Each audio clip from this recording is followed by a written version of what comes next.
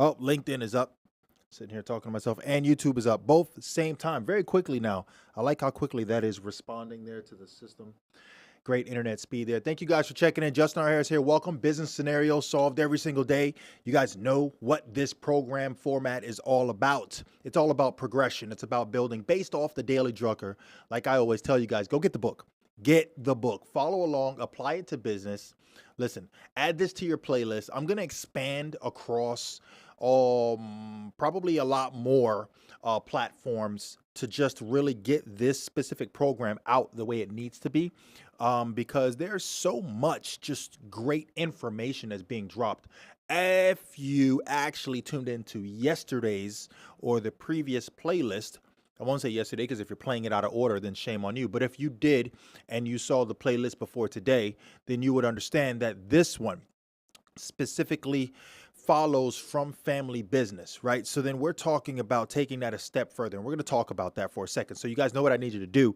I need you to go ahead and like, subscribe, follow, so that we make all those algorithms on YouTube happy, right? That's what I need you to do, because it makes me happy, and then I help you become even happier with business, right? So applying that entire gratitude thing. Now, I am thankful for you guys checking in and following along. Thank you, thank you, thank you.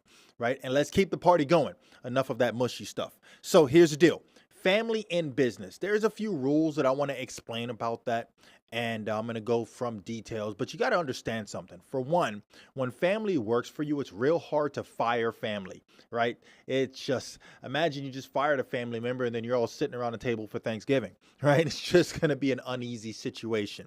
So you have to be careful when you're hiring family or family is working in things.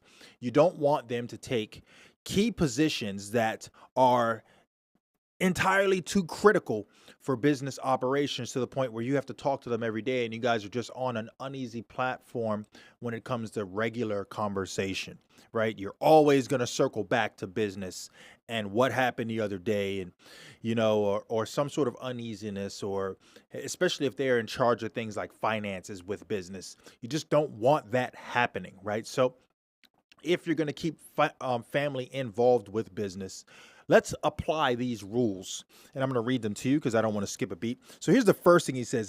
He says, the first rule is that family members do not work in the business unless they are equally working as hard as the employees that are non-family in the business, right? So if family is just starting in whatever the business is, they better know how to do things like as far as all the way down to the custodial level of cleaning the toilets, to working at the desk, to maintenance on the outside of the property, what have you, right? To running errands and grabbing coffee. You got to know the bottom level just as well as you know the top level. Just because your family doesn't mean you jump in at the top and you get to just start calling shots. You have to respect everyone's work position in that company. If you're not doing that, you're wrong, right? So definitely need to make sure you apply rule number one. Rule number two is equally as simple a rule, but very important. It says no matter how many family members are in the company's management and how effective they are, one top job is always filled by an outsider who is not a member of the family.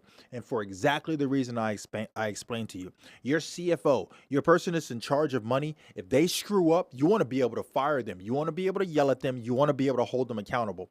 Real difficult when it's your uncle, cousin, brother, nephew, what have you, right? Real difficult to do that. Causes a lot of problems. I'm sure you love them, but you won't after that, right? Especially when it comes to money and how the company is being managed with that budget.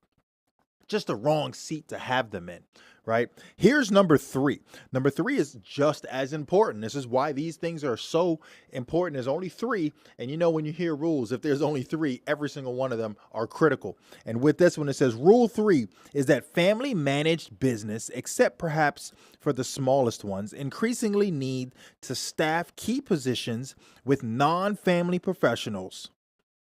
The knowledge and expertise needed, whether in manufacturing or in marketing and finance and research and human resource management, become far too great to be satisfied by any but the most competent family member. Even the family managed business that faithfully observes the preceding three rules tends to get in trouble. You got to be careful, and often breaks up over management succession. So you want to think about that, especially when it comes to that. See, I think it's great to have family in, knowing how everything works, but having them as a board member, right? So let's just think for a second outside the box. If they're a board member, right? So they have a joint decision with non-family on key operation or future direction or outlook of a company, yet they, in order to have become a board member, they have worked the grunt positions all the way to the top. So they respect and understand everyone's work, what they do, what they take home with them, the stresses and so forth. So when you're up top and you're a board member, you make respectful decisions that are carrying out other people's lives the way that you would want your own life to move forward. Thank you guys for checking